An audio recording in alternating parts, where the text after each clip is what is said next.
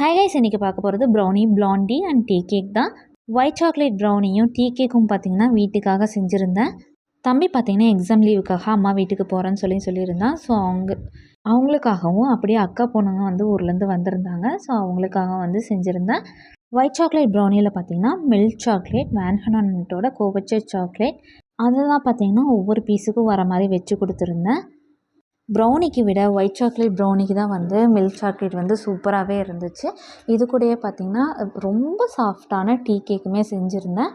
என்னோடய அக்கா பொண்ணு என்னோடய டீ கேக் அடிமை. வரும்போது எல்லாமே பார்த்திங்கன்னா, சித்தி எனக்காக டீ கேக் கொண்டு வந்துருங்க அப்படின்னு தான் சொல்லி அனுப்புவாள். ஸோ அவளுக்காகவே ஸ்பெஷலாக பண்ணியிருந்தேன்.